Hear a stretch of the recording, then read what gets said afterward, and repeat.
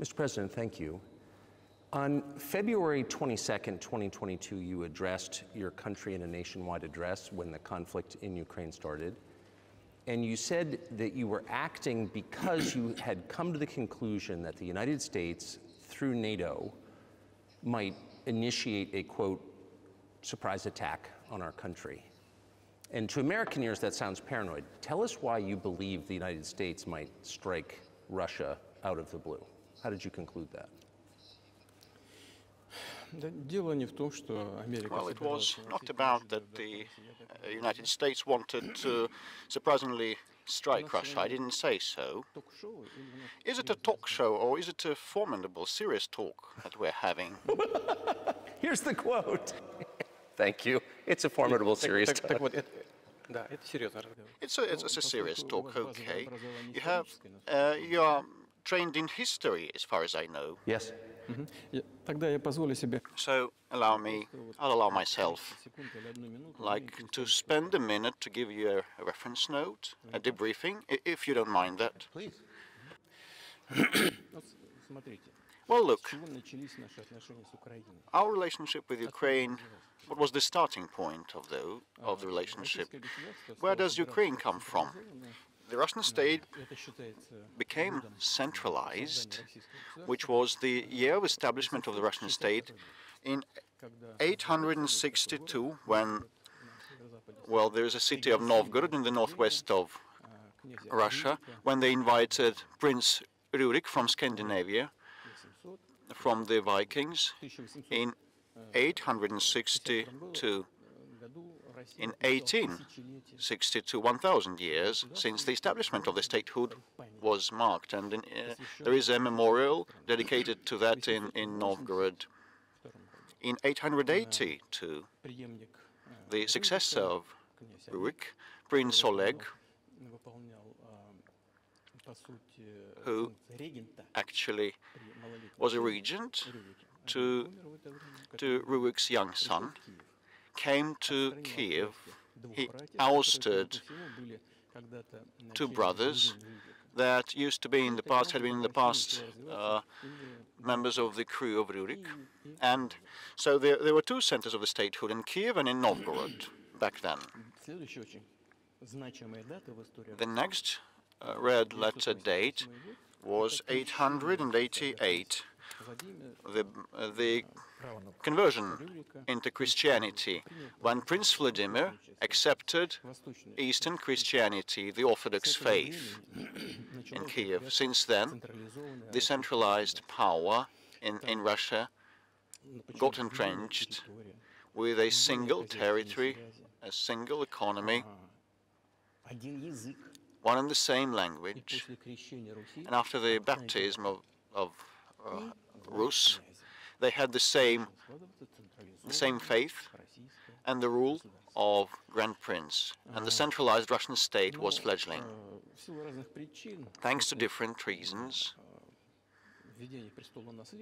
after the succession to throne practices were introduced by Yaroslav the Wise, after he'd passed away, there was not direct order of succession from father to the eldest son, but it was the horizontal from the demised prince to his brother, and all that led to the partitioning, feudal partitioning of ancient Rus.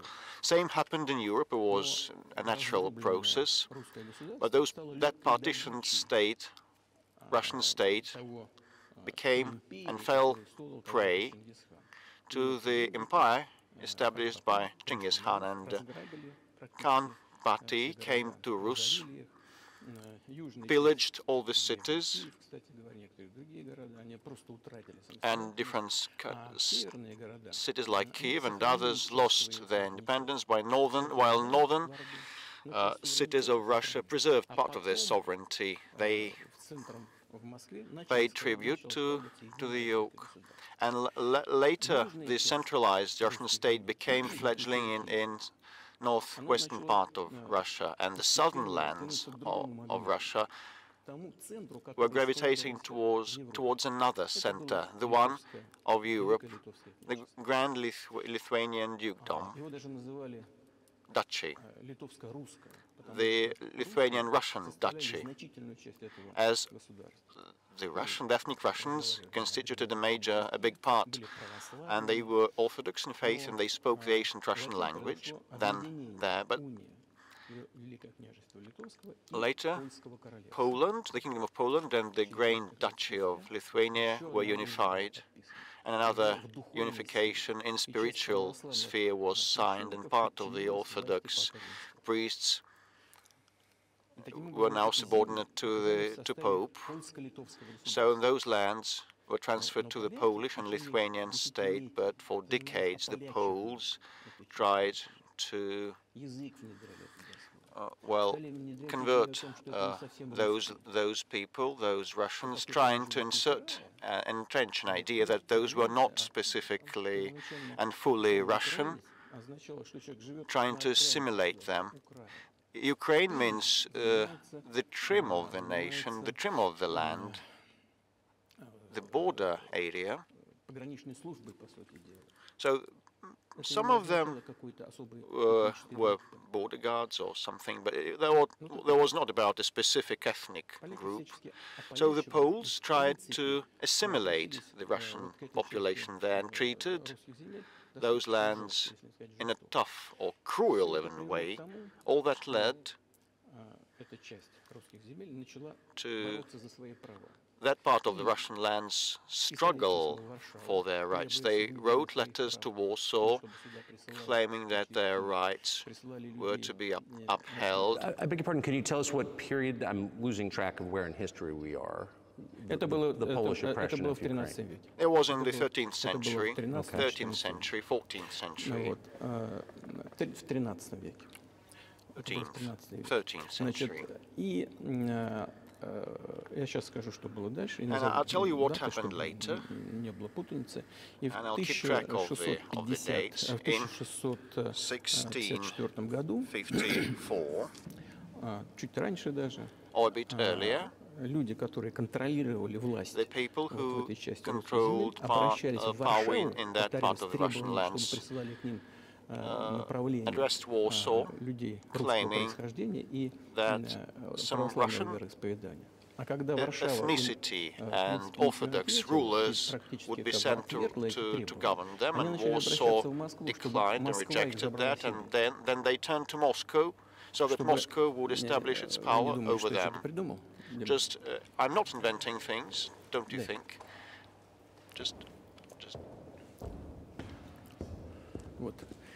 I'll give you these documents.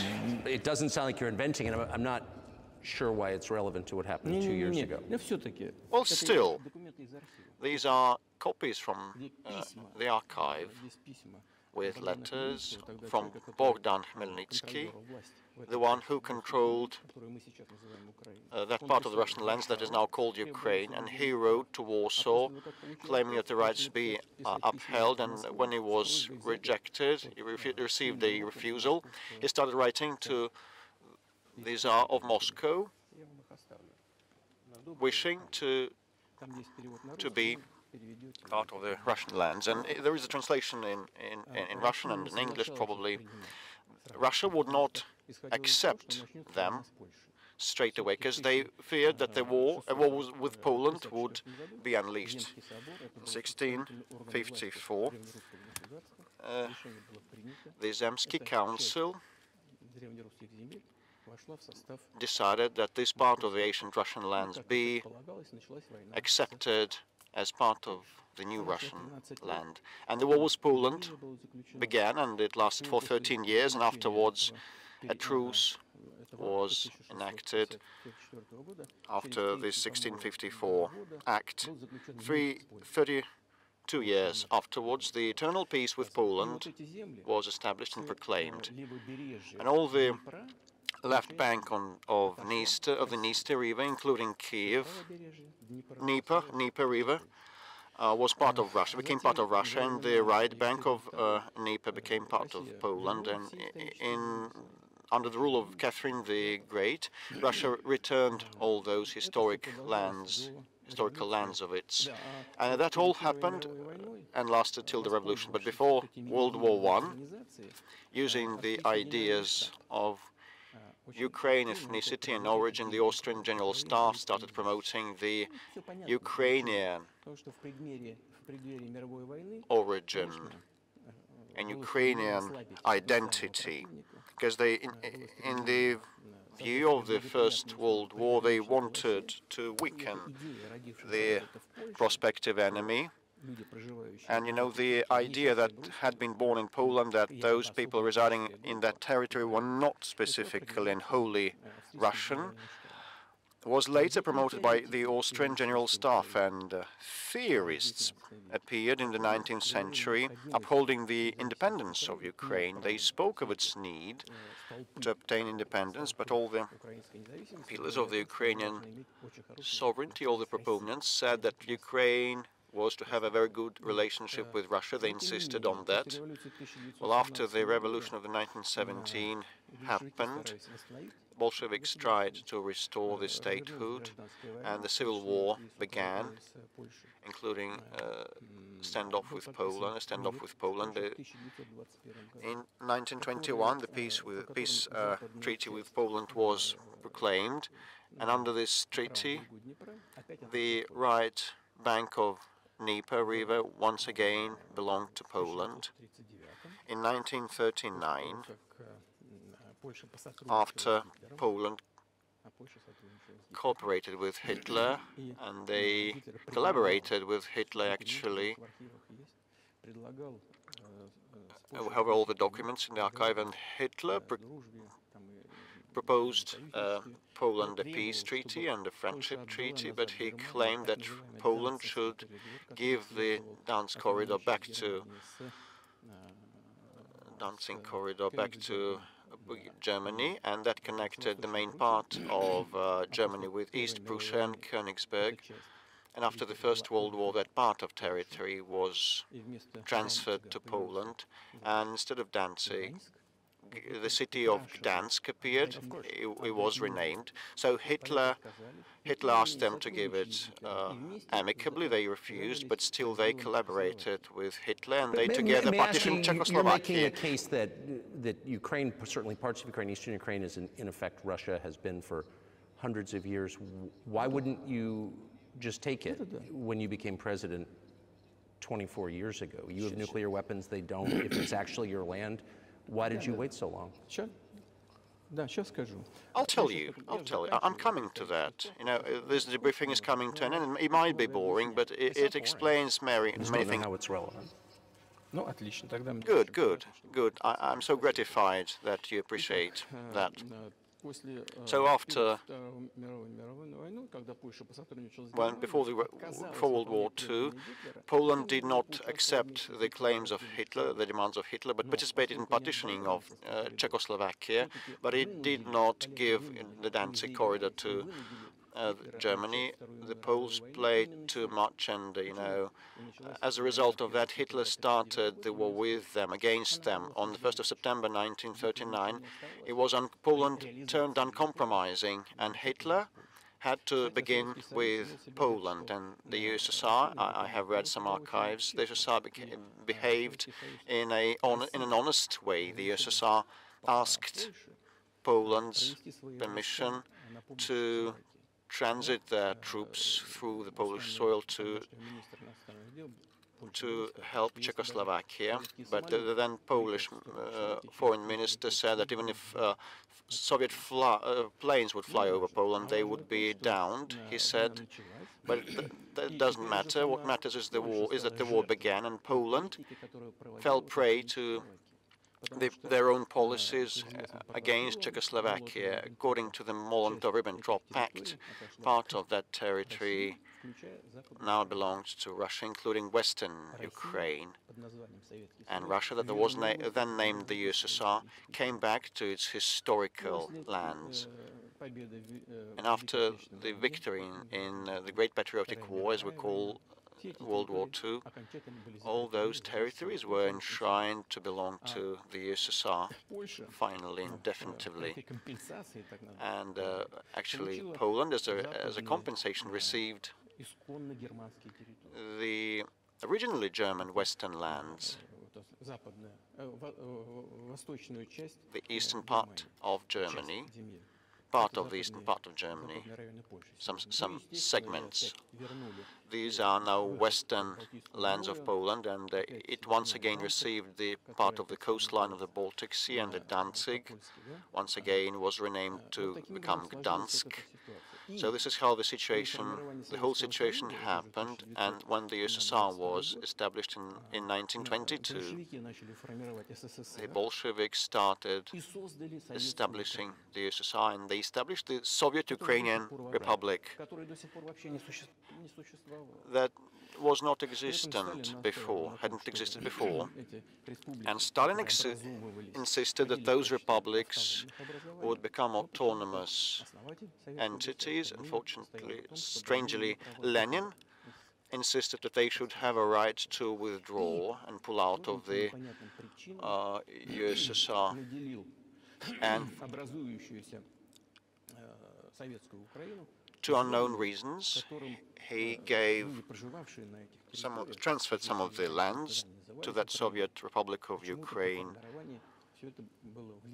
that belonged previously to Russia, and that became part of the Ukrainian Soviet Republic, including the Black Sea region that was conquered by Catherine the Great, and it had no bearing, historical bearing on Ukraine, had no relations. In 1654, when Ukraine was got reunified with Russia, they were the size of 3 to 4 contemporary regions of Ukraine. In 1654. You obviously have encyclopedic knowledge of this region, but why didn't you make this case for the first 22 years as president that Ukraine wasn't a real country? Yes.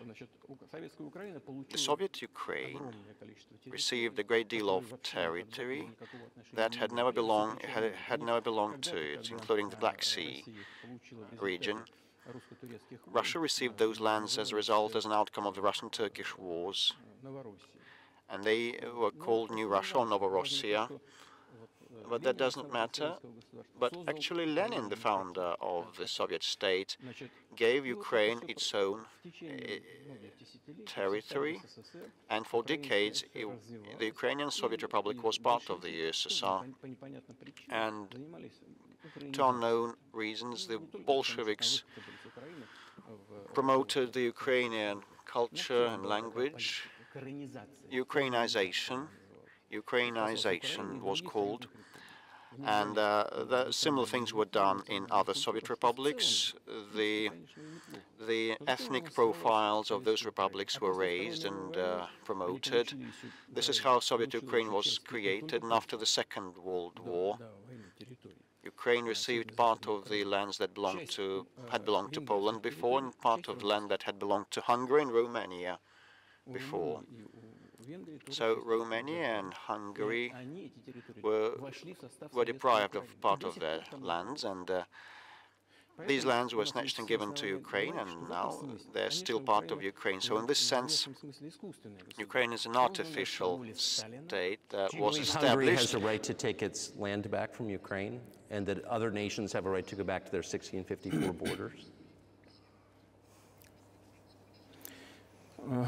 Well, I'm not sure whether it should come back to the 1654, but if anyone believes, and everyone believes, that the Stalin regime rule saw a lot of violations of human rights and violation of the rights of other nations, in this sense, actually, one can state that they may have a right to claim those lands back. Have you told Viktor Orban that he can have part of Ukraine? Never. I've never told him. I've never told him. Not a single time. Never. We haven't even had any conversation on that. But I actually know for sure. Of course, the Hungarians who live over there, they want to get back to their historical land. Moreover, just an interesting anecdote, a personal one I would like to share with you, let me divert a little bit. Somewhere in the 80s, I think I went on a road trip through the USSR from Leningrad on a car via Kiev. Then I went to western Ukraine. I went to the town of Beregovoye, and all the names of the cities and towns over there are were in Russian, and also in one language I didn't understand. It was Hungarian, it was not Ukrainian. So I went through a village, and there were men sitting next to their houses, and they were wearing black suits, three-piece suits, and in cylinder hats, and I was wondering whether those were artists, and I was told these were Hungarians, and I asked what are they doing here, and they say that's their historical land, they live here. It was during the Soviet times, the 1980s, and they had managed to preserve the Hungarian language, Hungarian names, national attire, and they felt Hungarian, and they were Hungarian. So that is, and there's a lot of that, though. I think many nations are upset about Transylvania as well, as you obviously know. But many nations feel frustrated by the redrawn borders of the wars of the 20th century, and wars going back 1,000 years, the ones that you mentioned. But the fact is that you didn't make this case in public until 2 years ago, February. And in the case that you made, which I read today, you explain at great length that you felt a physical threat from the West in NATO, including potentially a nuclear threat, and that's what got you to move. Is that a fair characterization of what you said?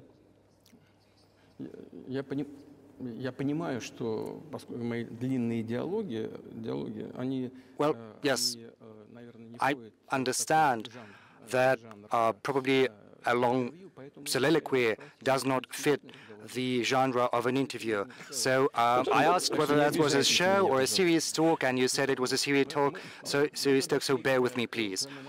So we are coming to the point where the Soviet Ukraine was established. Then in 1991, the Soviet Union collapsed, and everything that Ukraine had got as a gift from Russia, well, it took with it. And generally, I'm coming to the current point in time. The collapse of the Soviet Union was basically the initiative of the Russian leadership. I do not understand what they were thinking back then, but I suspect that there were several elements to their rationale, several reasons. First, I believe that the then Russian leadership thought that the fundamental basic relations between Russia and Ukraine, such as common language, because 90% back then spoke Russian, familial ties, because, 1 in 3 Russians have families or some other ties in Ukraine, common culture, common history, common religion. These are fundamentals, also being in one single state for hundreds of years. These are fundamentals, just as the economic interconnections. And that is what drove the Russian leadership to think that inevitably the relations would be good between the two countries. And secondly, as an American citizen, I want you and your audience to know that the Russian leadership thought that, okay, the USSR would cease to exist, but there would be no more divisive lines of ideological nature. They also thought that Russia, voluntarily, of its own volition, decided to dissolve the Soviet Union, thinking that the civilized West, as it were, would see that as an invitation to friendship and alliance. That is what Russia was expecting from the US and the collective West as a whole. There were some smart people, in particular in Germany, Egon Barth. He was a prominent politician from the Social Democratic Party, and in personal talks with the Soviet leadership before the collapse of the Soviet Union, he was insisting that a new collective security system should be established in Europe. Yes, he thought that help should be given to the reunified Germany, but also it was supposed to create a security system involving the US, Canada, and he said if NATO would expand, then it would be back during the Cold War, but only closer to Russia's border. He was very smart, but no one listened to him. And, you know, we've got some talks from archives, and he got angry. He said, if you don't listen to us, I am never setting my foot in Moscow once again. He was very frustrated with the Soviet Union, and his prophecy came true. Yeah, well, of course, it did come true, and you've mentioned this many times. I think it's a fair point, and many in America thought that relations between Russia and the United States would be fine with the collapse of the Soviet Union and the end of the Cold War, that the opposite happened. But you've never explained why you think that happened, except to say that the West fears a strong Russia, but we have a strong China the West does not seem very afraid of. What about Russia, do you think, convinced policymakers they had to take it down? The West is afraid of a strong China more than it fears a strong Russia, because it's just 150 million people in Russia, and it's 1.5 billion people in China, and also China's economy is growing at more than 5% a year. So the potential is enormous. You know, Bismarck used to say the most important thing is the potential, and China potentially is the biggest economy in the world in terms of purchasing parity. It's outstripped the US. But let's not talk about who is afraid of whom. Let's not talk in such terms. Let's get back to the fact that after 1991, when Russia expected that it would be inducted into the brotherly nation of civilized nations, it didn't happen. Well, you tricked us. Well, I'm not talking about you personally. I'm talking about the US. We were promised that NATO would not expand eastwards, but there were 5 waves of expansion. And we bore with that. We tolerated that. We were trying to reason with them, because we were saying, we are like you right now. We are, you know, a capitalist economy. Let's come to terms. Let's find an agreement. You know, let's look at Yeltsin times. There was a moment when, you know, the gray cat crossed our path, as it were. You know, Yeltsin came to the US, he spoke in Congress, he said the good words, and these were the signals. These were the signals telling you, let us in. But then, you know, remember the developments in Yugoslavia. Before that, Yeltsin was lavished with praise, but then he raised his voice in support of Serbs, and we couldn't but do that. Yes, I understand there were some complex processes underway, but Russia couldn't help raising its voice in support of Serbia, because Serbia is a brotherly nation, also an Orthodox culture. So Yeltsin spoke in favor of Serbia, but what did the US do? In violation of international law and the UN Charter, they started bombing Belgrade and the US, and it was the US that let the gin out of the bottle. Moreover, when Russia was indignant, when it was protesting, it was told that the international law and the UN Charter had become obsolete. Right now, they're all referring to international law, but back then they were saying that the international law was obsolete. Yes, some things need to be changed, but not in this manner. And then Yeltsin came under heavy criticism. He was accused of alcoholism, of understanding nothing. He understood everything. Okay, I became president in 2000, and I thought, okay, Yugoslavia is a thing of the past. Let's give a shot at rebuilding the relations. Let's reopen the door that Russia had tried to go through. Moreover, I said that publicly, and I can reiterate, there was a meeting here in the Kremlin with the outgoing President of the US, Bill Clinton. We sat in the room next door, and I told him, Bill, what do you think? If Russia asked to be admitted into NATO, do you think it would happen? He said, you know, it's interesting. I think yes.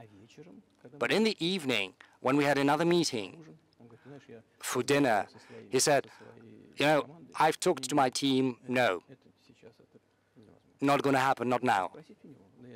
So you can ask him. I think he'll watch this interview. I wouldn't have said anything like that if it hadn't happened. Were you sincere? Would you have joined NATO? Listen, I asked a question. I said, is it possible? And the answer was no.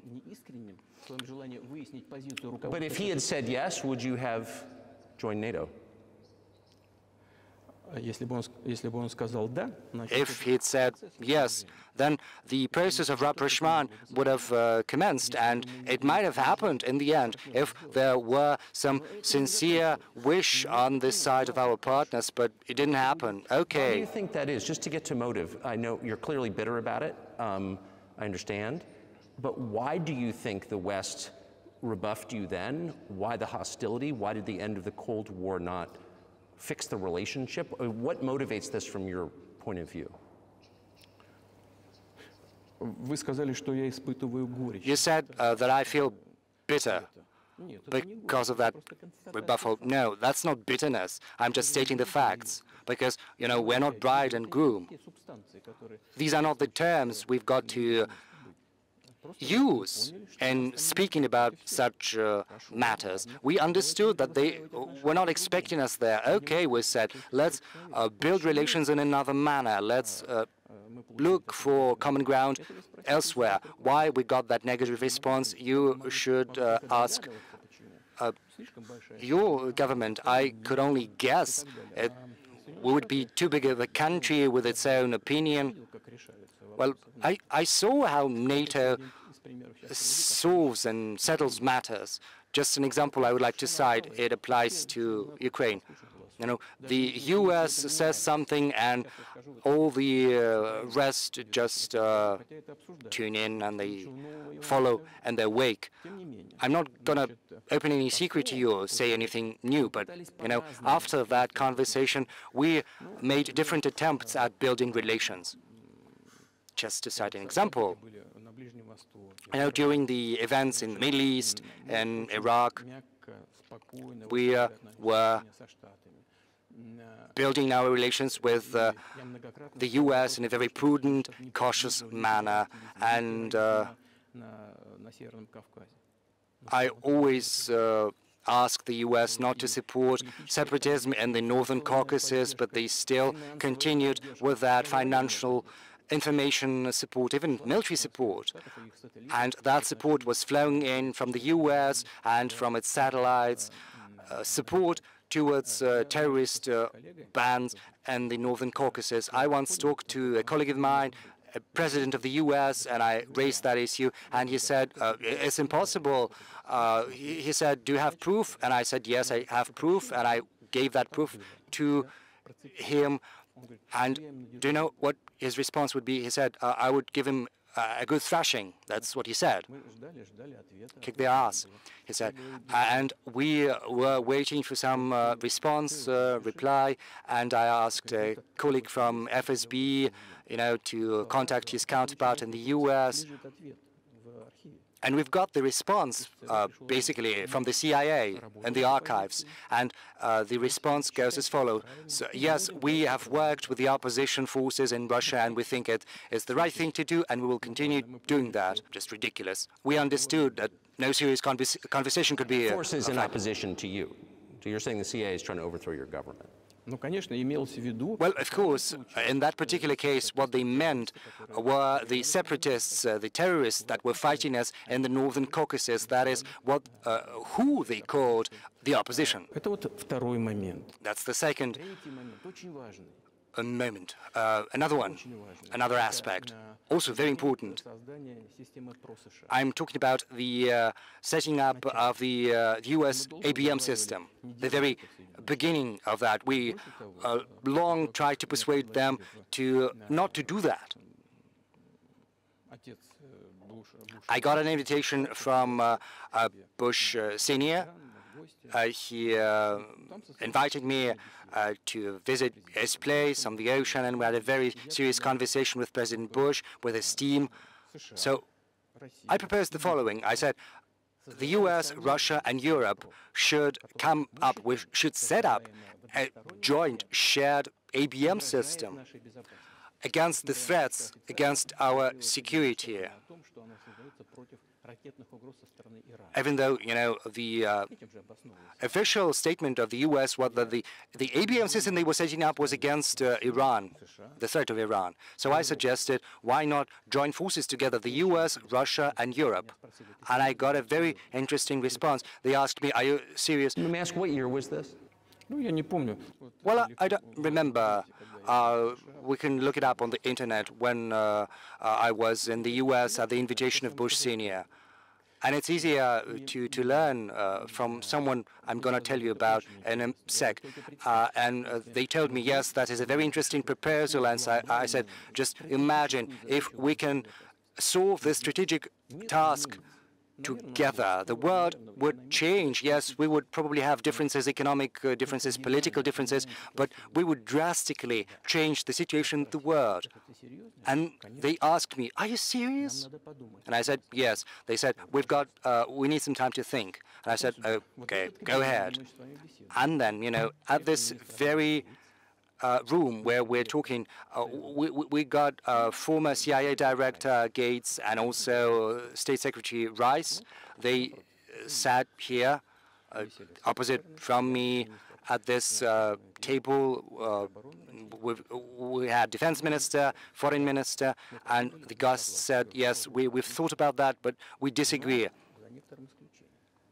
So twice you've described US presidents making decisions and then being undercut by their agency heads. So it sounds like you're describing a system that's not run by the people who are elected, in your telling. Yes, exactly. So yes, they just rebuffed us. I'm not going to reveal all the details because that was a confidential conversation, but our proposal was declined. It's a fact. And I said, okay, listen, but in that case, we will have to come up with a response, and we'll have to come up with offensive systems that are capable of overcoming your ABM systems. And they said, your systems are not against you, and we'll assume that yours are not against us. And we had to come up with the hypersonic intercontinental missiles, and we continue to develop this technology, and we are ahead everyone in the world in terms of hypersonic offensive systems. And day in, day out, we are perfecting these systems. We proposed that another path should be followed, but our proposal was rejected. Now, as for the NATO expansion eastwards, they promised us that they wouldn't move an inch to the east, but it was not enshrined on paper. So there were 5 waves of expansion. And the Baltic states did join, and Eastern Europe in general. And now I'm coming to the crux of the matter. They came to Ukraine. In 2008, at the Bucharest summit, a statement was made saying that the doors were open to Georgia and Ukraine to join NATO. Now, as far as decisions are made in NATO, Germany, France allegedly were against, some other countries, European countries. But, you know, President Bush is a very tough guy. And as I was told afterward, I was told that he had exerted pressure on them and they had to acquiesce. So it's like in a kindergarten, you know, where are the guarantees? Who are they? You know, they got under some pressure and they had to agree. Okay, but then they say, Ukraine is never going to join NATO. And I say, I know that you agreed to open the doors to Ukraine in 2008. There is no guarantee that you're not going to do the same sometime in the future. So I don't know whom to talk to over there. We are willing to talk, but who to? Whether regarding the guarantees, no guarantees at all. And they started entering the Ukrainian soil. This was the for history about how that territory developed and what relationship they had with Russia. Each second or third person there has had ties with Russia. So when the elections happened in the new sovereign Ukraine as a result of the Declaration of Independence of Ukraine that said that Ukraine was a neutral state, but all of a sudden in 2008 NATO doors were opened to that. So it's so interesting, but we hadn't agreed to that. We didn't come to terms on that. All presidents that rose to power in Ukraine relied on voters, on the electorate that had a good relationship and a good attitude to Russia. The southeast of Ukraine had always had a good attitude to Russia. And, you know, it was very difficult to dissuade this electorate. And Mr. Yanukovych rose to power afterwards there. He won the election after Kuchma. The rerun was organized. That was not enshrined in Ukrainian constitution. This was a coup, actually, a coup d'etat. Just imagine someone in the United States wouldn't like the outcome. No. Prior to that, before, so after President Kuchma retired, Yanukovych won the election, but his opponents did not acknowledge his victory, and the United States backed the opposition, and a rerun was held, which actually was virtually a coup d'etat, and the United States backed that. And as a result of this rerun, like fancy someone doesn't like the outcome of the American election and a rerun happens that is not enshrined in the American Constitution. So Viktor Yushchenko rose to power in Ukraine. He was a pro-Western politician. Well, anyway, we established some working contacts with him. He came to visit us and we went to Kiev. We had meetings informally also. Well, let them be pro-Western, okay? Let them do what they want. They should have their own domestic developments independently. You know, after he ruled that country, things deteriorated there, and as a result, Yanukovych once again came to power. He may not have been the best president. I'm not sure. I wouldn't like to give any assessments. But, you know, the matter of the association with the EU was brought up. We always were quite loyal on that. Okay, but when we read the draft agreement, it turned to be a problem for us because us and Ukraine had a free trade area, and open customs borders, and Ukraine had, according to that association agreement, opened their borders to Europe, and that would flow to our market duty-less. And then we said we'll close our borders with Ukraine, our customs.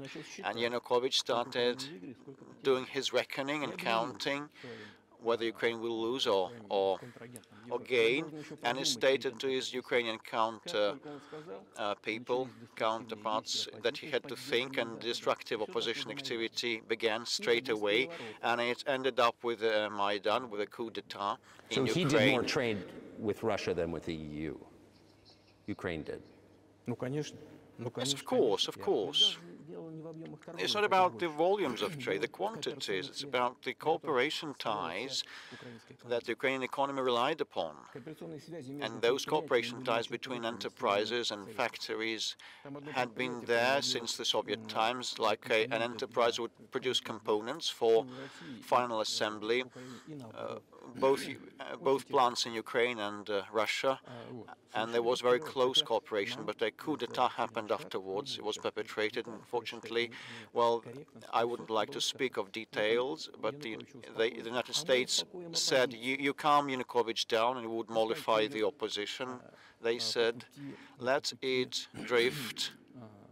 They said, towards a political settlement. We said, okay, we are in agreement with that, let it be so. And Yanukovych checked to apply for armed forces or police, while the armed opposition in Kiev perpetrated a coup d'etat. How can I reckon that and assess that? Who are you, I asked the United States. With the backing of whom? With the backing of CIA. Definitely, this is an entity that you wanted to become part of. Thanks goodness you were not accepted, although it's a serious entity. My ex-counterparts, I worked in the first office, main directorate of the Soviet intelligence service, and they were our opponents. Well, you know, this is work.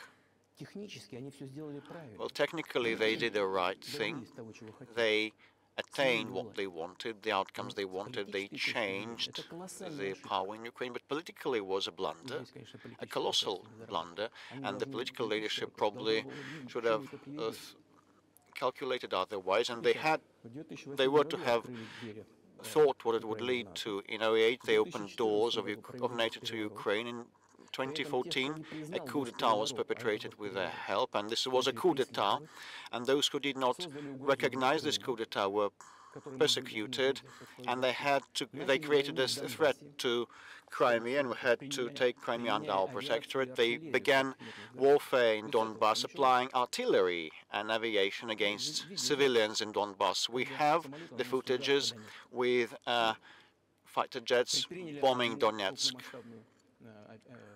flying over that, and they had a major military operation. They failed and had another one and another one. Against the backdrop of military development of that territory of NATO and open doors of NATO. So we actually had to express our concerns, otherwise it would be negligence, criminal negligence on our part. It would have been criminal negligence, because the American leadership, political leadership, drove us to the borderline that we could not overstep, and that would destroy Russia, and we had to support our creed mates, our faith mates. What was but that was 8 years before the current conflict started. So what was the trigger for you? What was the moment where you decided you had to do this?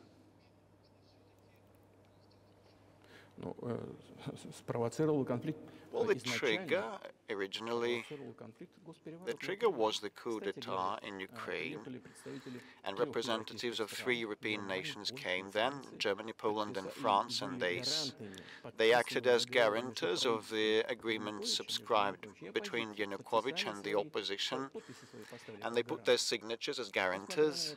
Despite that, the opposition perpetrated that coup, and these countries pretended they were not the guarantors. They were oblivious, and they threw it to the dustbin.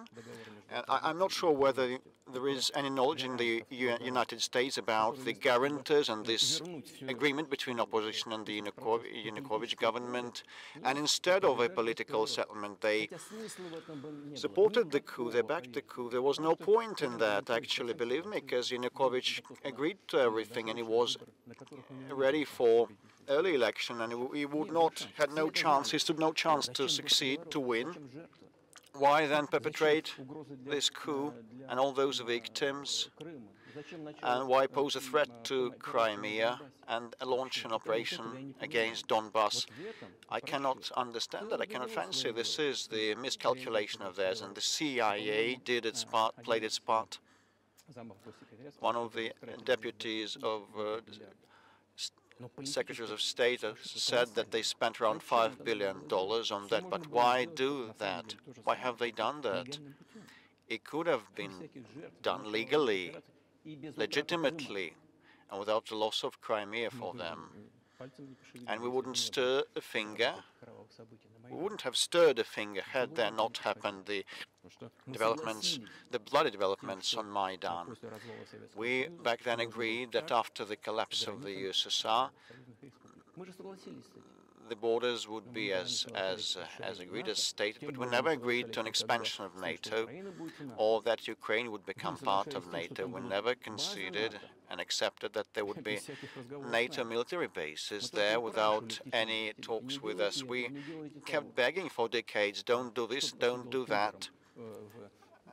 This actually acted as a trigger to the recent development, and with respect to the recent development, the leadership of Ukraine stated they would not abide by the Minsk Accords that were signed after the developments of 2014 in Minsk, with a plan laid out for peaceful settlement in Donbass. And the today's Ukrainian leadership, their foreign minister and other officials and the president said they didn't like a thing about the Minsk package of measures, and they would not stick to them. And the former leaders of France and Germany said that around a year ago, said in public, worldwide, that they had signed that agreement, but they had not been going to execute, to fulfill that. You know, they pulled our leg. Was there anyone for you to talk to? Did you call a U.S. President's Secretary of State and say, if you keep militarizing Ukraine with NATO forces, this is going to be we're going to act? We kept telling them that. We addressed the American leadership and the European leaders, claiming that it be stopped immediately and the Minsk Accords were to be executed. It was our requirement, our demand. I was ready to fulfill, to honor. This is not an easy thing for Ukraine, with lots of autonomy for Donbass. But I was positive. It was my sincere belief that if we would persuade those people living in Donbass to come back to the Ukrainian statehood, and they had to be persuaded, the wounds would heal, I was sure, and sooner or later, gradually, that part of the Ukrainian territory would fit back into the overall frame of reference of Ukraine, and pensions and allowances would be paid once again. But no one wanted that in Ukraine. They wanted to act with the help of military force only. And it ended up with this situation, and they stated in Ukraine we would not fulfill the package of measures, and they started the war back in 2014, and our goal, our aim is to stop this war. We didn't launch it back in 2014. We're now trying to stop that. I mean, have you achieved your aims? No, at this point of time we have not, because one of the goals is the denazification, to denazify Ukraine. I mean, the prohibition of neo-Nazi movements in Ukraine. This is one of the issues that we discussed, that was brought up during negotiations in Istanbul last year, at the outset of last year. Upon our initiative, it was concluded, as the Europeans told us, that the context had to be established and provided for the final definitive signature of documents. And my colleagues in France and Germany told me, just imagine how are they going to sign this at gunpoint? You should move your troops, pull your troops back from Kyiv. As soon as we pulled our troops back from the Kyiv region, all of a sudden, straight away, our Ukrainian counterparts, our negotiators, threw all the accords and wasted them. into the dustbin, and they got ready for a long-standing standoff and opposition, military opposition, with the help of the United States. This is how things developed. But what is, pardon my ignorance, what is denazification? What would that mean? What is Well, I'm coming to that. It is a very important question, a pertinent. Denazification, after the start of its independence, after they obtained the independence, Ukraine started looking for its identity, and it could not invent anything better than putting ahead of anything else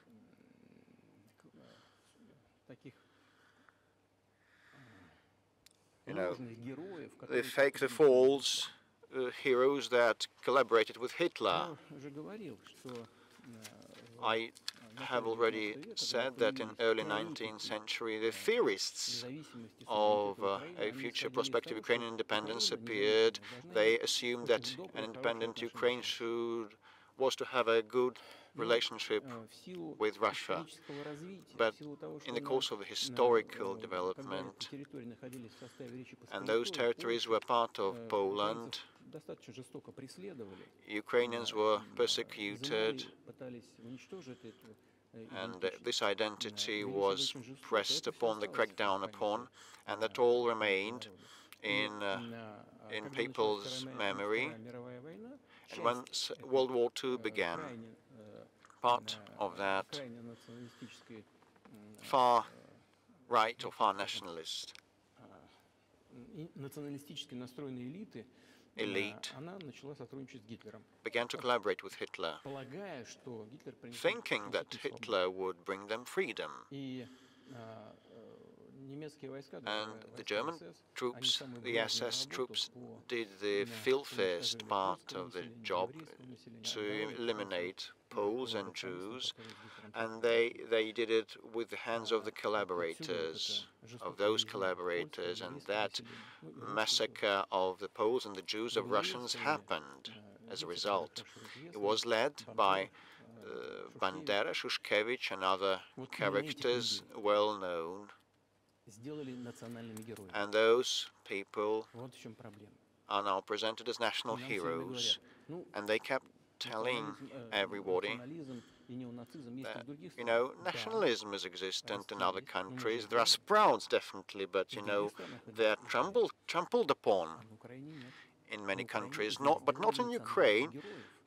In Ukraine, they're converted in national heroes. They're turned in national heroes, and monuments are erected to them. They are put on banners, and their names are chanted by the torch processions across the country. But those had annihilated, eliminated, exterminated Poles and Russians and Jews, and probably this glorification should come to an end. Any nation, I'm saying that they're part of Russian people. They're saying that we're a separate nation. If they believe to be a separate nation, they have a right to think so. Not, however, building upon the Nazi ideology. Like, look at the French president. Would you be satisfied with the territory that you have now? Let me conclude the previous thought. You asked me about neo-Nazism and denazification. So, like, the Ukrainian president came to visit Canada. It is well known, but it is hushed in the West, and they introduced a person to the Canadian Parliament, and that person, as the Speaker of the Canadian Parliament said, that this person waged warfare against Russians during World War II. And who were those who waged war against Russians? Hitler and his collaborators. And it turned out that he was part of the SS troops. He personally killed and slaughtered the Russians and the Poles. And the SS troops made out of Ukrainian nationalists did the dirty and filthy job, and the Ukrainian president rose together with the rest of Parliament of Canada, and he applauded this person. How can you imagine, how can you fancy that? And he's a Jew by ethnicity. Really, my question is, what do you do about it? I mean, Hitler's been dead for 80 years. Nazi Germany no longer exists. And so, true. And so, I think what you're saying is you want to extinguish or at least control Ukrainian nationalism, but how? How do you do that? Just listen to me. Your question is very intricate. May I speak up and say my true opinion? Will you not take offense? Of course. It is a tricky but a nasty question. You have been saying that Hitler is gone for 80 years, but actually his cause is with us, and the people that exterminated Jews, Poles and Russians are still alive, and a president, the current president of today's Ukraine, gives this person a round of applause in Canadian Parliament, a standing ovation. Can we say that we eradicated this ideology altogether if we see such manifestations today? This is what I mean to be denazification. We should get rid of these people that bring this practice and theory to life, trying to preserve that. This is what denazification is about. Right. My question was a little more specific. It was, of course, not a defense of Nazis, neo or otherwise. It was a practical question. You don't control the entire country. You don't control Kiev. You don't seem like you want to. So how do you eliminate a culture or an ideology or feelings or a view of history in a country that you don't control? What do you do about that?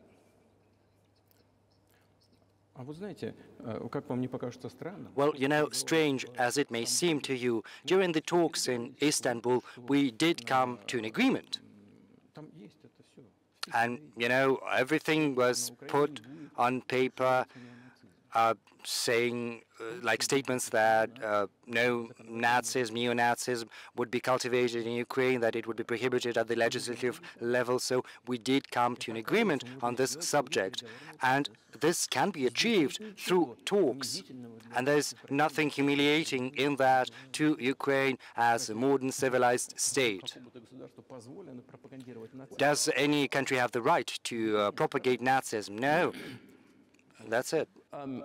Will there be talks, and why haven't there been talks about resolving the conflict in Ukraine, peace talks? Well, these talks did happen, and they did reach a very high point of according our positions. It had been difficult, but these talks were almost finished. But once we withdrew our troops from Kiev, the other side, namely Ukraine, simply discarded all the agreements that had been achieved, and it noted an agreement following the orders of the US and the Western countries to fight Russia until victory.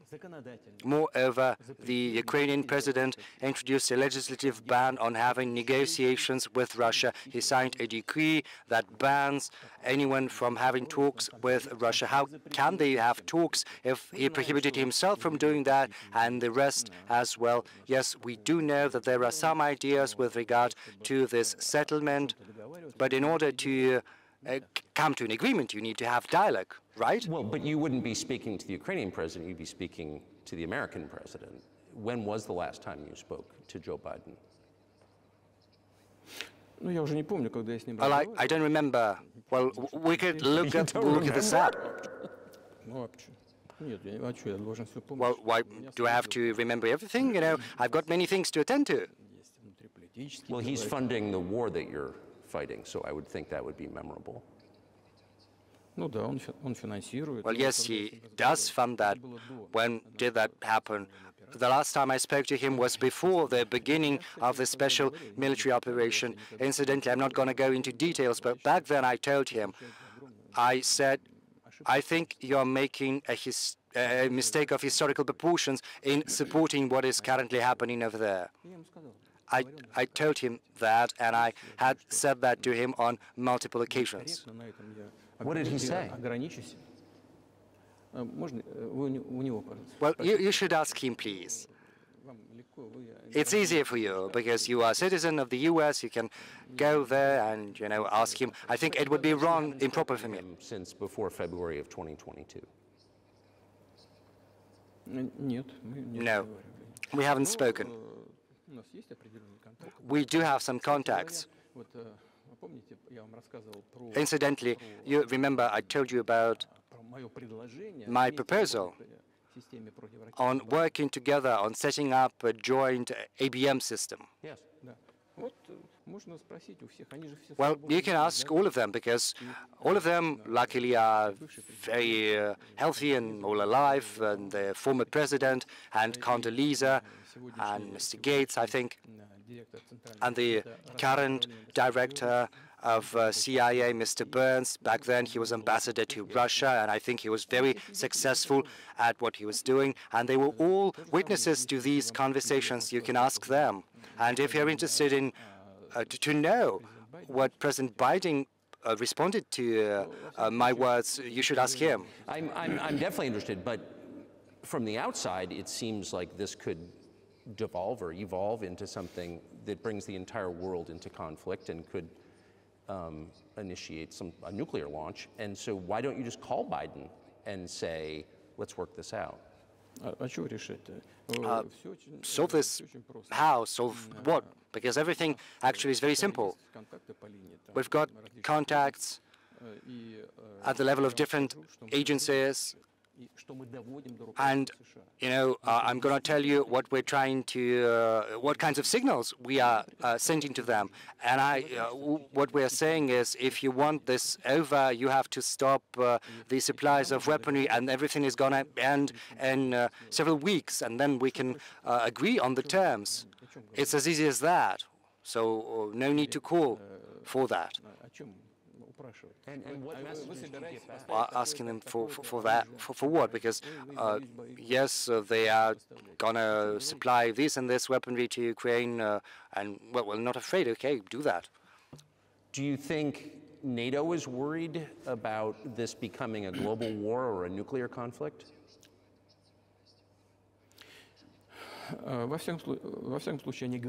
Well, anyway, they're talking about that, and they're trying to intimidate their own population using an alleged, made-up Russian threat. And still, thinking people and analysts, those who work in politics, understand full well that this threat is simply fabricated. They're trying to fuel the Russian threat. What you're referring to is a Russian invasion of Poland, Latvia, expansionist behavior. Can you imagine a scenario where you sent Russian troops to Poland? In only one case, if Poland decides, if it invades Russia, because we have no interests in Poland or in Latvia, so why do that? We have no interests, only threats. Well, the argument, I know you know this, is that, well, he invaded Ukraine, he has territorial aims across the continent, and you're saying unequivocally you don't.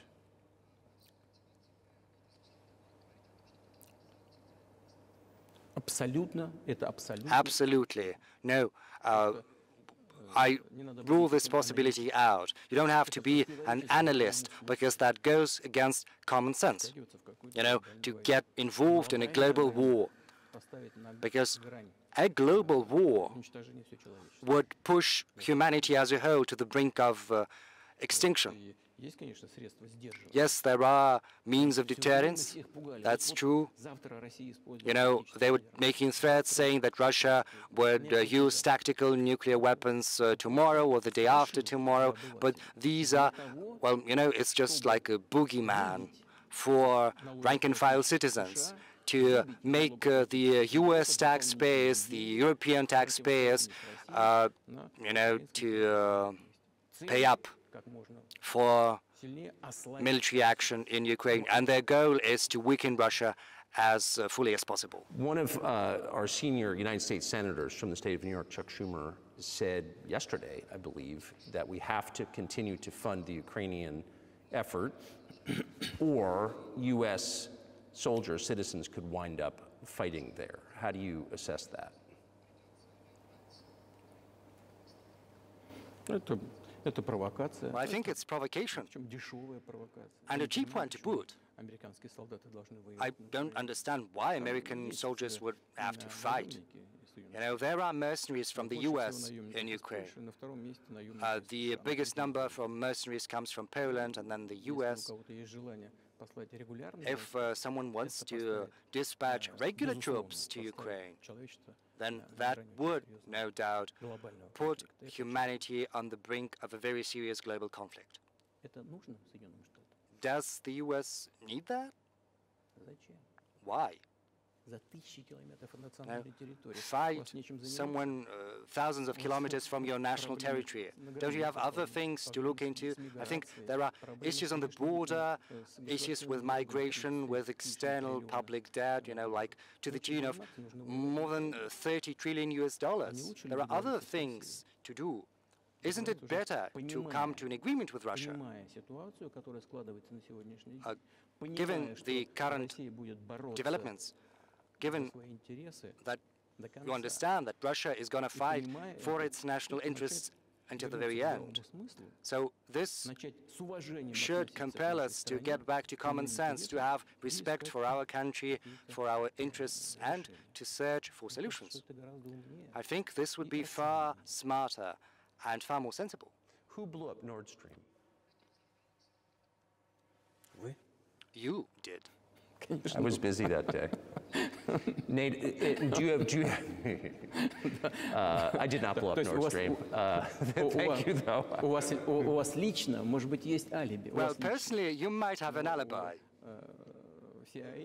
but CIA doesn't have one. Do you have evidence that NATO or the CIA did it? Well, you know, I'm not going to go into detail, but as they say, you know, you've got to search for someone who had interest in that. And in this particular case, you have to search not just for someone who is interested in that, but also someone who has the capabilities, because there are many people who are interested in that, but, you know, not everyone is capable of scouring the bottom of the Baltic Sea. But I'm confused. I mean, that's the biggest act of industrial terrorism ever, and it's the largest emission of CO2 in history. Okay, so if you had evidence, and presumably given your security services, your intel services, you would, that NATO, the US, CIA, the West, did this, why wouldn't you present it and win a propaganda victory? Well, it's very difficult, you know, to achieve a propaganda victory, because the US controls all the global media. And as far as many European media are concerned, the end beneficiary in many cases are American funds, foundations. So, you know, getting mired in that, well, this is one avenue to pursue, but, you know, it can turn out to be very expensive. And moreover, we might reveal our own sources of information without securing the end result. The whole world understands what happened, and even the American analysts speak about that publicly. But here's a question you may be able to answer. You worked in Germany, famously. The Germans clearly know that their NATO partner did this. And it damaged their economy greatly. It may never recover. Why are they being silent about it? That's very confusing to me. Why wouldn't the Germans say something about it? Well, I'm as confused as you are, but the current German leadership is not guided by national interests. What it's guided by is the interests of the collective West. Otherwise, it would be very difficult to explain the rationale for their action or omission to act. Well, yes, Nord Stream 1 was blown up, Nord Stream 2 has been damaged, but one of the strings is still very much alive, and you can get gas through this line, but they're not getting that. We are willing to do that, but they're not asking for that. There is another route via Poland, and Poland has shut that down. But Poland is eating from the hands of Germans. They're taking money from the European funds, whereas the biggest donor to those funds is Germany. but Poland has shut down the pipeline leading to Germany. Why did they do that? I do not understand. Or let's have a look at Ukraine. Germany is the second biggest donor after the US in terms of financial aid provided to Ukraine. Through Ukraine, there are two gas pipelines, so why wouldn't they take one of the gas pipelines? They could ask Ukraine to open that up, and they would get gas from Russia.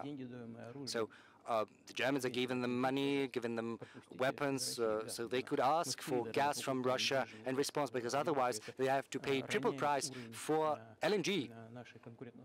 And it brings down the competitiveness of the German economy.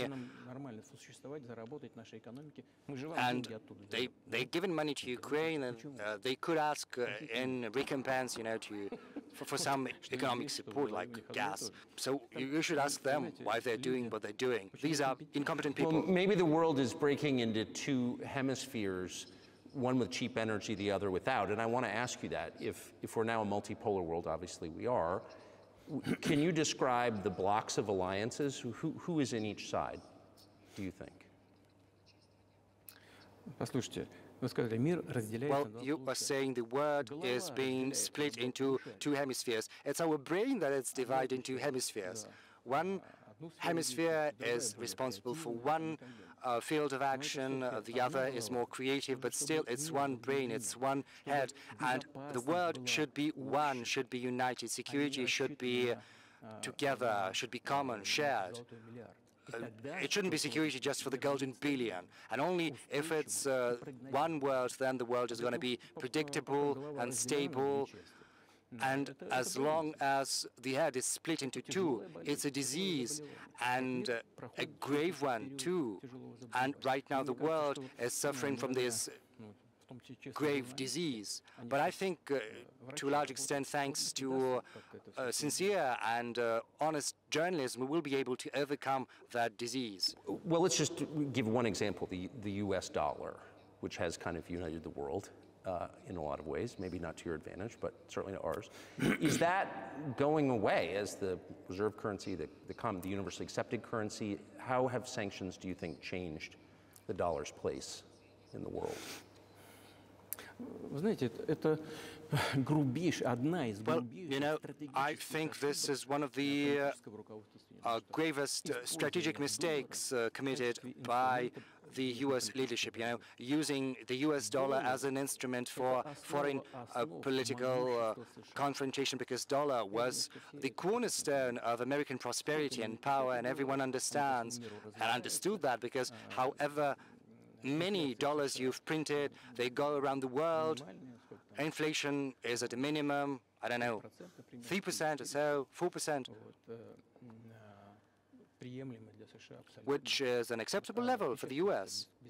And you can print as many US dollars as you like.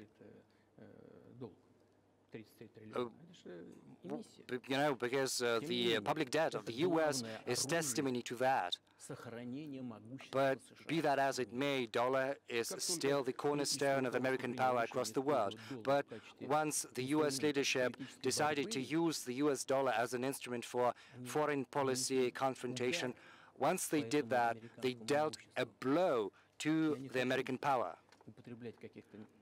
I would be loath to use for better words that are improper, but it is a very grave mistake. Look, even the American allies decrease their dollar reserves. They are starting to search for ways to shield themselves, because if the U.S. applies restrictive measures to certain countries, such as freezing assets or restrictions on transactions, then it is a very grave signal to the whole world. What did happen in Russia? Until 2022, around 80% of Russian foreign trade transactions were carried out in US dollars. And US dollar accounted for about 50% of our transactions with third countries. whereas currently this figure has been brought down to 13% or so. But we were not the ones to prohibit the use of US dollars. This was not our goal. It was the US decision to restrict our transactions in dollars, which is absurd, especially from the point of view of the interests of the US taxpayers, because this decision has dealt a blow to the American economy, undermining the American power across the world.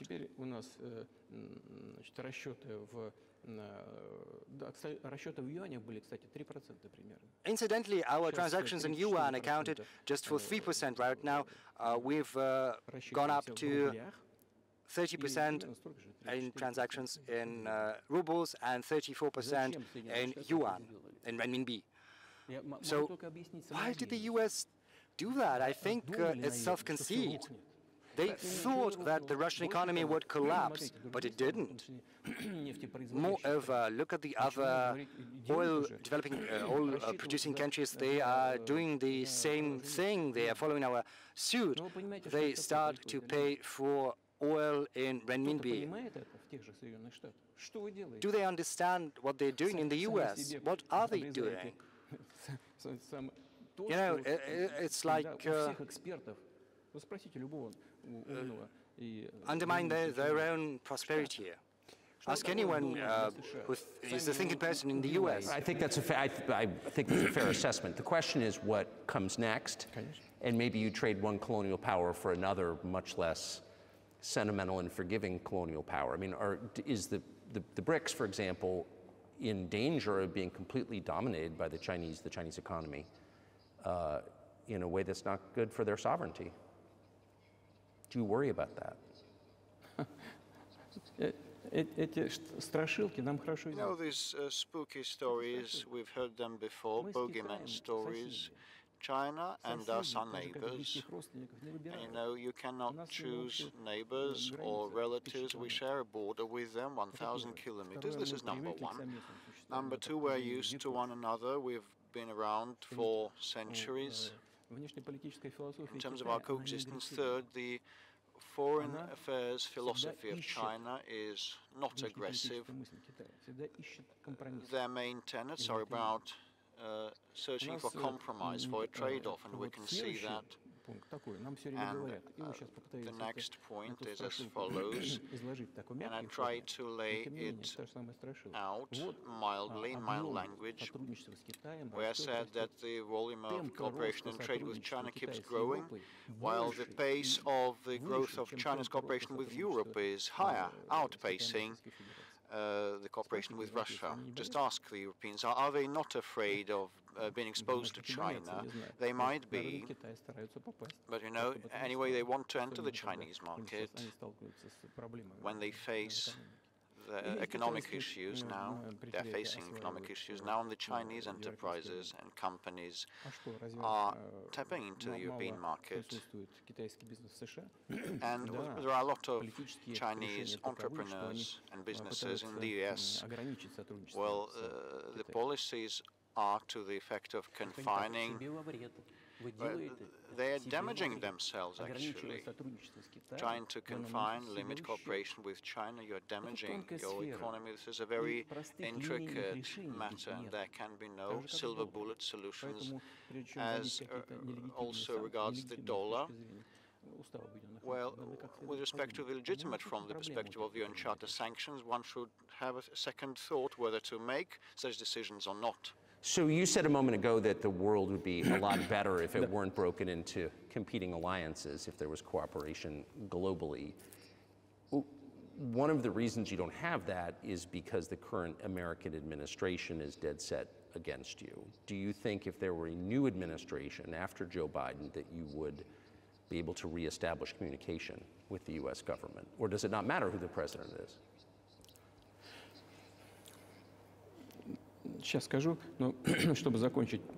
Let me finish the previous thought. We have $200 billion. This is the target of myself and that of my friends Xi Jinping, the the president of China. We want to reach $200 billion of mutual trade, and we have smashed that. We have exceeded that. We have around $230 billion of bilateral trade, and the Chinese statistics say that it's around $140 billion. And what is important is that it is a well-balanced type of mutual trade, mutually complementary in energy and scientific solutions and technological solutions and other things. It's well balanced in an equilibrium. With respect to BRICS, by and large, Russia has assumed the presidency there since the start of the year. And, you know, BRICS countries are powerhouse economies rapidly developing. Oh, I hope my memory wouldn't let me down. In 1992, the G7 countries' proportion in global economy equaled around 47%. In 1992, in 2022, it slumped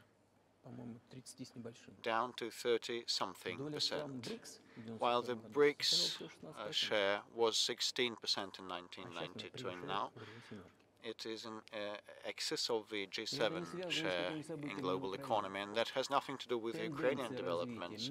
The global trends manifest themselves in this way. This is inevitable. This will keep happening. It's like the rise of the sun. You cannot prevent the sun from rising. You have to accommodate and adjust the United. How does the United States accommodate that? With help of force, sanctions, pressure, bombings, armed forces applied everywhere. This is about conceit. Your political elite does not understand that the world has been changing, and it is an objective process, a natural process, and you have to make proper decisions, timely decisions, to preserve its level of dominance. And such gross actions would lead to the opposite results. This is obvious today. You've just asked me whether another administration in the US would change things. It's not about the leader, the personality or administration. I had a very good relationship with George Bush, and I know that in the United States he is treated as a simple countryside guy that has little idea of things, but it's not true. And with respect to Russia, he did a lot of mistakes also. I told you about the Bucharest summit of NATO in 2008 to open doors to Ukraine, but you know, it was under Bush, and he put pressure on the Europeans. But actually I had a good personal relationship with them, interpersonal, and it was no worse than any other American or Russian or European politician. He knew what he was doing, as well as other people. I had a good relationship with Donald Trump. It's not about the personality of the leader, it's about the sentiment of the elites. If the American society has the prevalence of domination at all costs, with the help of resorting to force, things will deteriorate, keep deteriorating.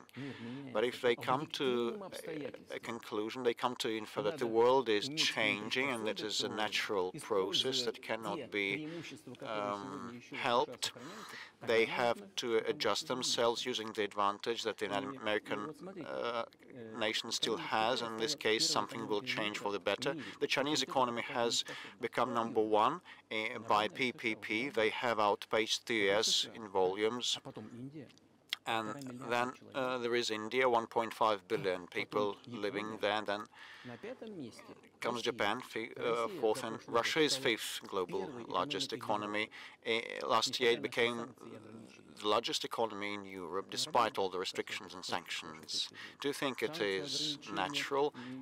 A lot of sanctions are exerted against us. We have been disconnected from SWIFT transaction system, and our ships are under sanctions. Our vessels, oil-carrying vessels and aircraft of ours, the biggest number of sanctions in the world is applied against this country, and we have become the biggest economy of Europe over that period of time. The instruments and the policies of the United States are ineffective. So they should think what to do. If they come to understand that, I mean the elites, the ruling classes, things will improve, and the leader of the country will probably act in the interests of the voters and the decision makers at different levels. But you're describing two different systems. You say that the leader acts in the interest of the voters, but you also say these decisions are not made by the leader, they're made by the ruling classes. You've run this country for so long, you've known all these American presidents. What are those power centers in the United States, do you think? Like, who actually makes the decisions? I don't know. America is a very complex system. On the one hand, it's conservative. On the other hand, it has been changing rapidly, and it is hard to have an idea, an exact idea of what is happening. And each state has its own legislation. Each state has its own regulation, and they can bar people from candidates from elections, and they have the two-tier electoral system. It is very hard to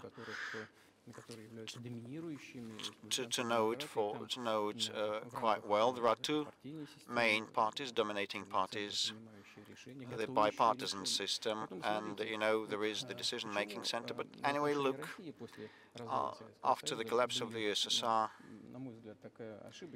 there was an erroneous, unfounded policy against Russia, the policy of pressure. NATO expansion means pressure, and the backing of separatists in the Caucasus and the ABM, the missile defense system establishment, is also about pressure. Then Ukraine was dragged into NATO. It is also an element of pressure. Why so? Because excessive production capabilities were created. Lots of think tanks and centers and Soviet studies professionals that knew no other thing, and they persuaded the political leadership that they should keep pressing Russia, mounting pressure to partition Russia with several quasi-states on its territory, so that their aggregate potential and capability would be used for further struggle with China. This is a mistake, because there have been too many professionals dealing with the opposition to the USSR. Probably there is need for new, fresh blood and forces, and people that are forward-looking and know what is happening worldwide. Look at Indonesia, 600 million people, a huge population that you cannot turn a blind eye upon, and Indonesia is now entering the club of the leading economies, and despite all economic problems, the US has a good economic situation, and the growth rate is around 2.5%, if I'm not mistaken.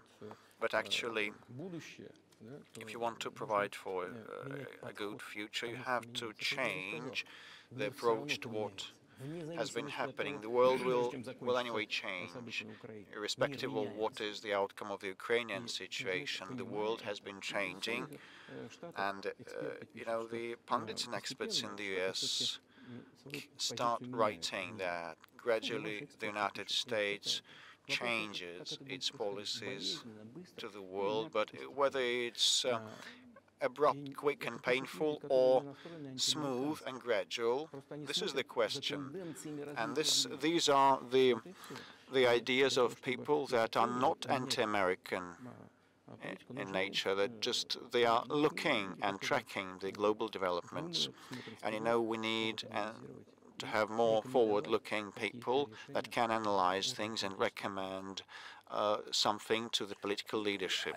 I just have to ask, you've said clearly that NATO expansion eastward is a violation of the promise you all were made in 1990.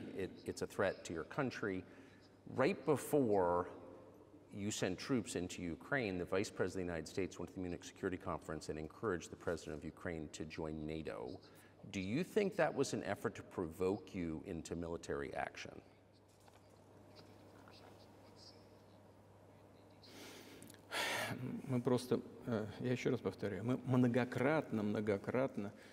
Well, we repeatedly,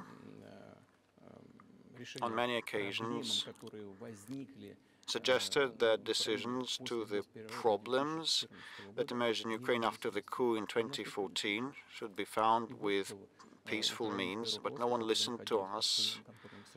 But the Ukrainian leadership that was under the American control stated all of a sudden that they would not honor the Minsk arrangements. They didn't like a thing about that, and they kept waging warfare in that territory. And the NATO military structures, tapped into the Ukrainian soil with training centers and military bases established under this guise.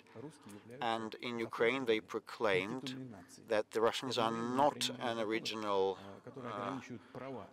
nation, not an authentic nation, and they enacted laws that would limit the rights of the ethnic Russian and Russian speakers. Ukraine received the southeast as a gift from Russia, but all of a sudden they stated that Russians were not an authentic ethnicity there. In their totality, all these things brought about the desire to stop the war launched by the neo-Nazis in 2014 in Ukraine with the use of force. Do you think Zelensky has the freedom to negotiate a settlement to this conflict?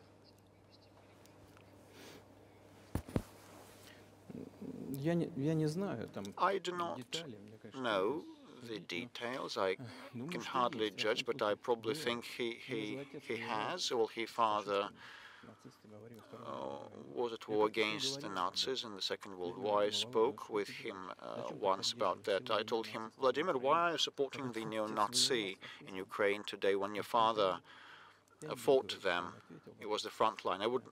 Soldier. I would not respond what he wouldn't say what he responded. It would be inappropriate. But with respect to liberty and freedom, well, of his, he rose to power.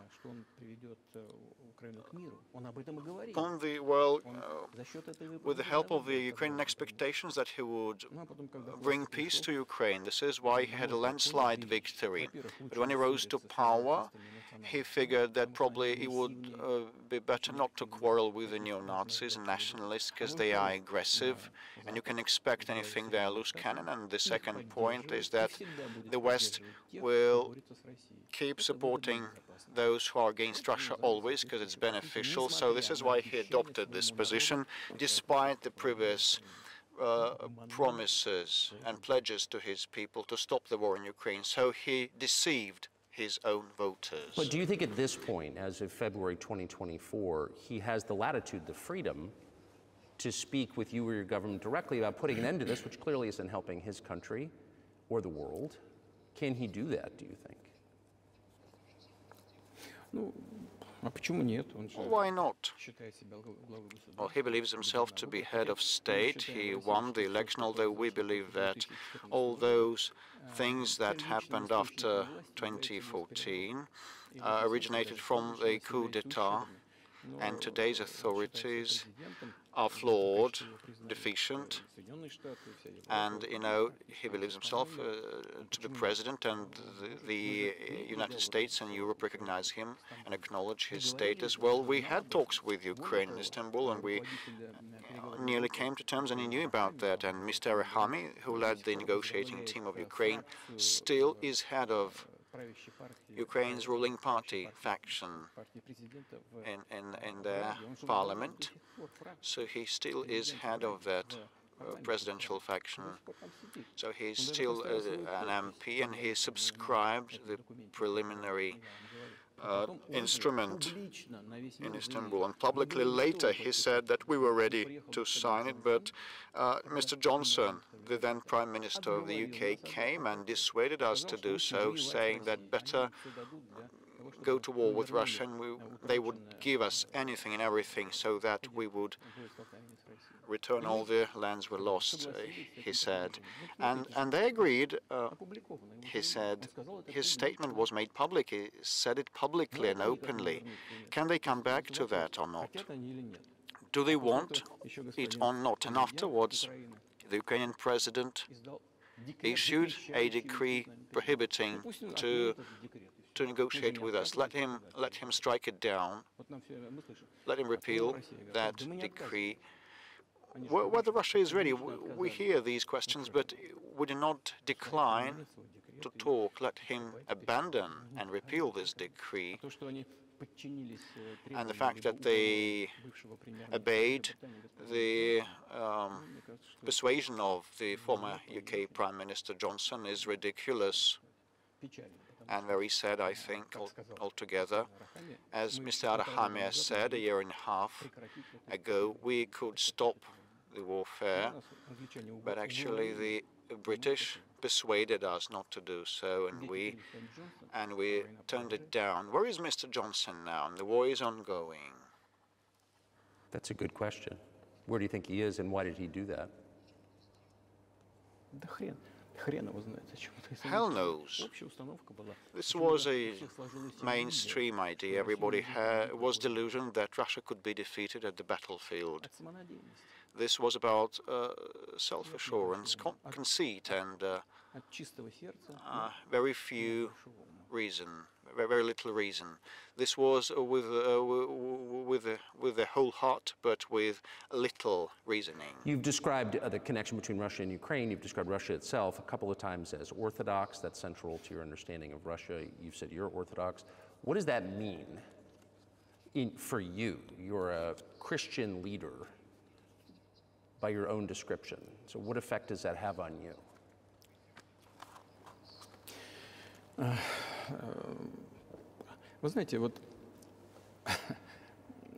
Well, you know, as I mentioned previously, in 988, Prince Vladimir underwent baptism, as his grandmother Olga had done, and then his armed troops also got converted, and then other Russians converted into Orthodox Christianity. It took some time, and then it put some roots, very deep roots, in the minds of Russian people. When Russia expanded, taking in other nations and peoples professing Judaism, Islam, Buddhism, Russia was always very loyal to those who followed other religions, and this was the source of Russia's power. There's no doubt about that. All world religions I have mentioned, and which are also traditional religions of the Russian Federation, have almost the same precepts. The values in these world religions are very close, if not identical. And the Russian authorities have always cherished the culture and the religions of peoples admitted into the fold of the Russian state, which served as the cornerstone of security and stability of the Russian nation, of the Russian people, because all peoples, almost all peoples living here, view Russia as their motherland. Say, if there are people coming to the US from Latin America, or there are migrants coming to Europe, very often they come from their historical land to you, to European countries, whereas those who profess other religions than Orthodox Christianity in Russia still view Russia as their motherland. We are all one big family, and our traditional values are very close. I said this is one big family, but each family also includes other smaller families, and this is the basic foundation of our society. And if the family has tight-knit connections, then that is exactly the case, because you cannot assure a normal future for your children unless you ensure a normal future for the whole country. But can I say that the one way in which the religions are different is that Christianity is specifically a nonviolent religion. Jesus says, turn the other cheek, don't kill. How can a leader who has to kill, of any country, how can a leader be a Christian? How do you reconcile that to yourself?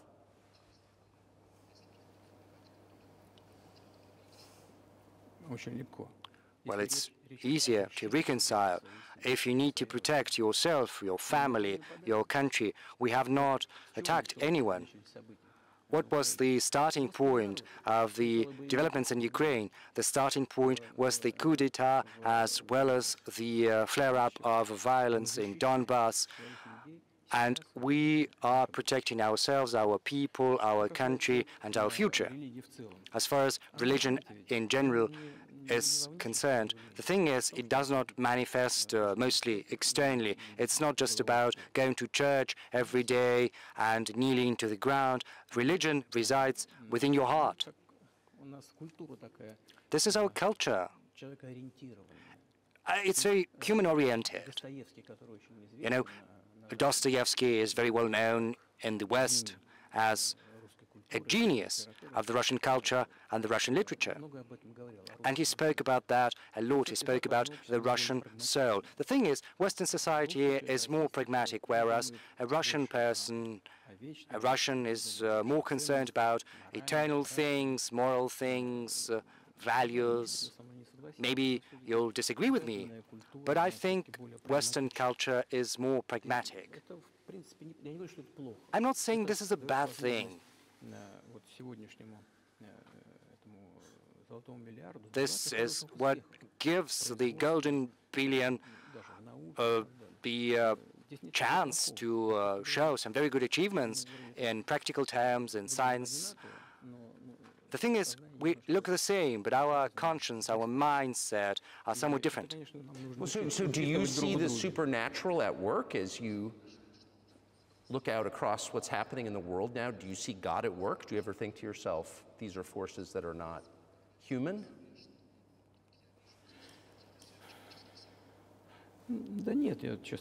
No, honestly, I don't think that. I think the world community is developing following the inherent laws, and these laws are what they are, and there's no escaping that. It was always like that in mankind's history. Some countries rose, some peoples got bigger, got stronger, and then they left the international stage, losing the quality they had been accustomed to. Well, let's look at Genghis Khan, or the Golden Horde and the conquerors, or let's remember the Roman Empire.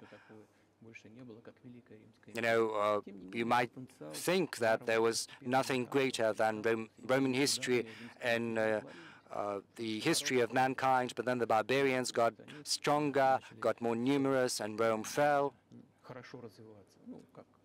They had a head start, their economy started to grow stronger, and the regime imposed by the Roman Empire fell apart. But it took 5 centuries. The Roman Empire had been disintegrating for 5 centuries. The difference from the current state of affairs consists in the fact that right now the developments are far more rapid than they used to be during the Roman times.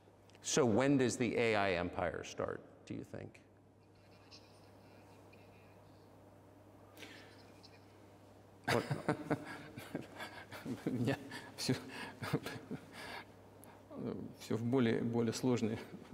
You're asking increasingly more complicated questions. In order to respond to this question, you would need to be an expert in big numbers, in big data, in AI. The thing is, humanity is facing a lot of threats in terms of genetics, for instance, because right now geneticists can go as far as to, create a specialized human being like an athlete or a genetically engineered military man. What do you think of that? And a chip has been incorporated into the brain by Elon Musk. Well, I think there's no stopping Elon Musk. He's going to do what he thinks he needs to do. But you need, I don't know, to find some common ground with him. You have to search for ways to persuade him. I think he's a smart person, and you've got to, come to an agreement, come to terms with him. This process needs to be formalized and subjected to certain rules. Humanity has to give some thought to what's going to happen to humanity due to the new developments in genetics or in AI. You can forecast what's going to happen in a more or less accurate fashion. But once humanity felt an existential threat coming from nuclear weapons, back then all countries who possessed such weapons decided to come to terms with one another because they understood that nuclear weaponry could drive humanity to extinction. So once an understanding comes that unbridled development of AI or genetics or other fields, which cannot be stemmed, you can't stop them. Research is going to continue, as it was impossible to, prevent powder from being used. And once humanity understands that the threat comes from these fields, then the time will come to an agreement on an interstate basis, intergovernmental basis, on how to regulate these fields. I appreciate all the time you've given us. I just got to ask you one last question, and that's about someone who's very famous in the United States, probably not here, Evan Gershkovich, who's the Wall Street Journal reporter. He's 32, and he's been in prison for almost a year. This is a huge story in the United States, and I just want to ask you directly, without getting into the details of it or your version of what happened, if as a sign of your decency, you would be willing to release him to us and we'll bring him back to the United States.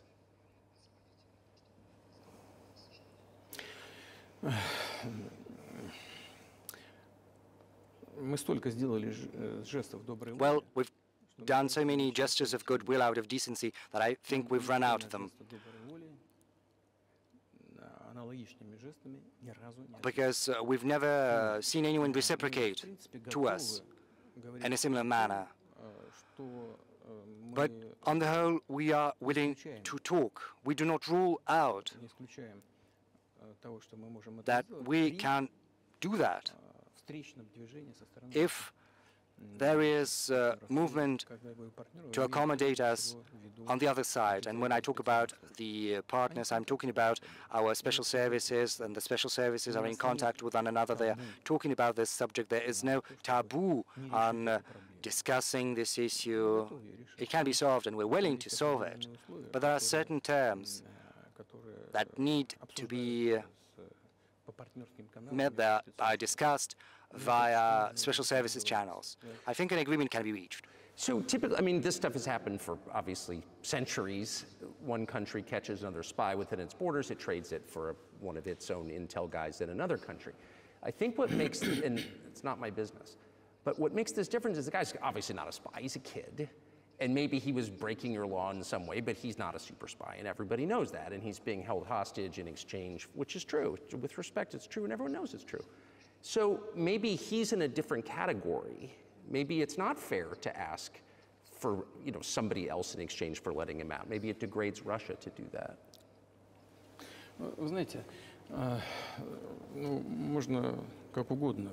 Well, you can give different interpretations to what constitutes a spy, but there are some things under law. If a person gets some secret information, does that confidentially, then that is qualified as espionage, and that is precisely what he was doing. He was receiving some confidential information. He's getting that information in secret. Maybe he'd been implicated in that. Maybe he did that out of his own volition or due to carelessness, but as facts stand, this is qualified under law as espionage, and he was caught red-handed when he was receiving that information, and it's been proven. So, you know, if it had been some far-fetched excuse, some fabrication, then it would have been a different story.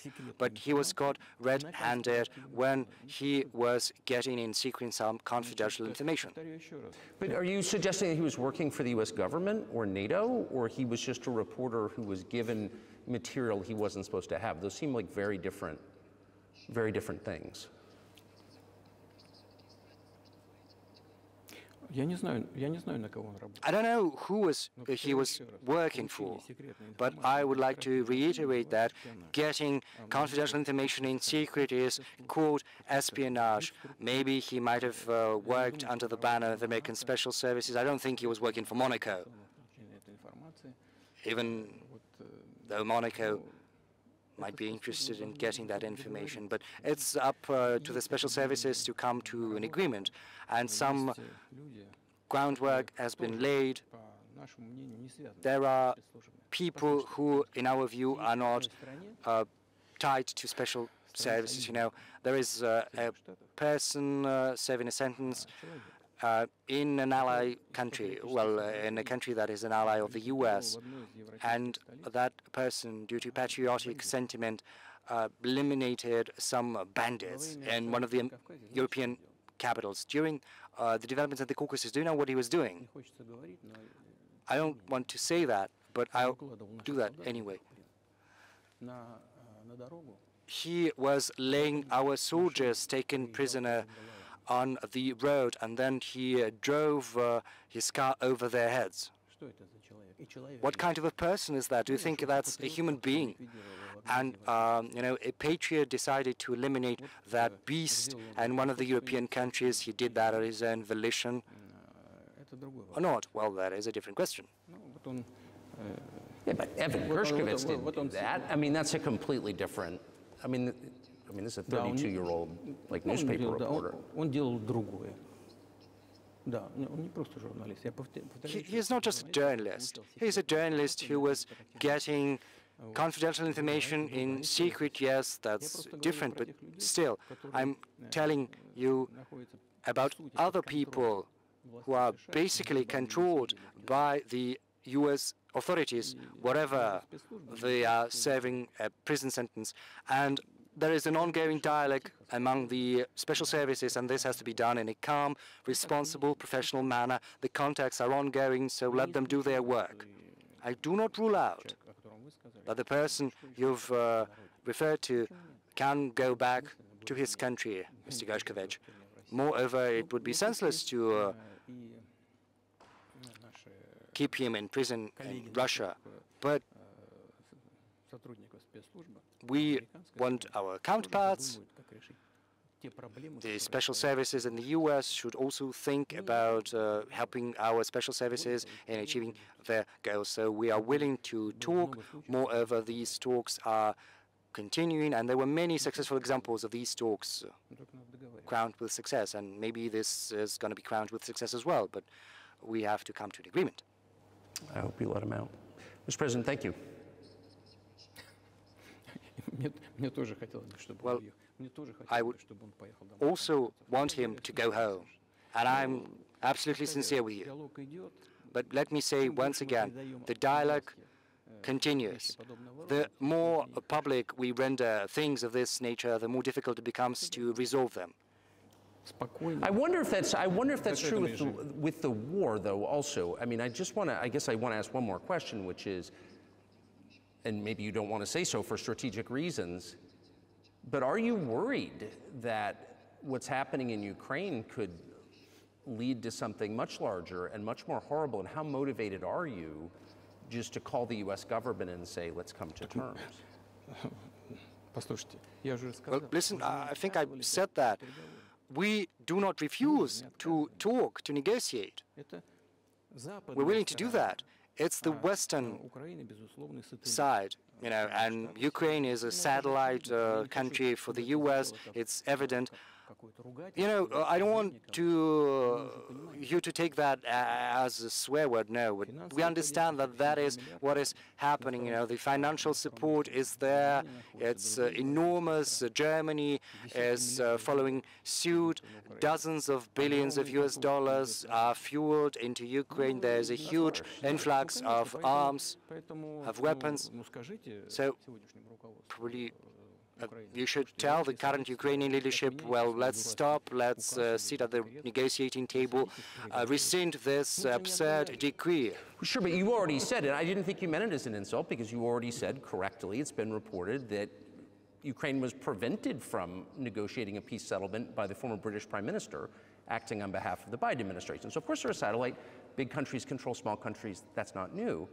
And that's why I asked about dealing directly with the Biden administration, which is making these decisions, not President Zelensky of Ukraine.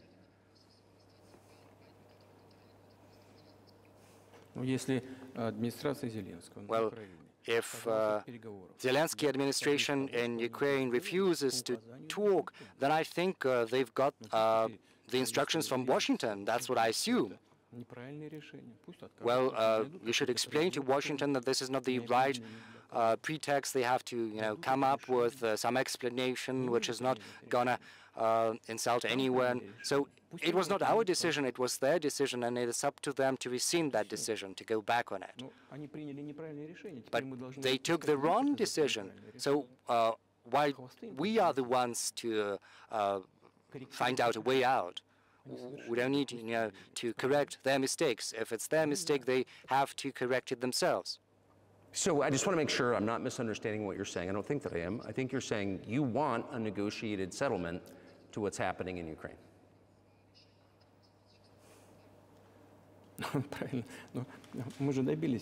Right, and we were there. There was a very huge document which we prepared in Istanbul, and it was initialed by the head of the Ukrainian delegation. He opposed his signature to the document, and we published some of the provisions.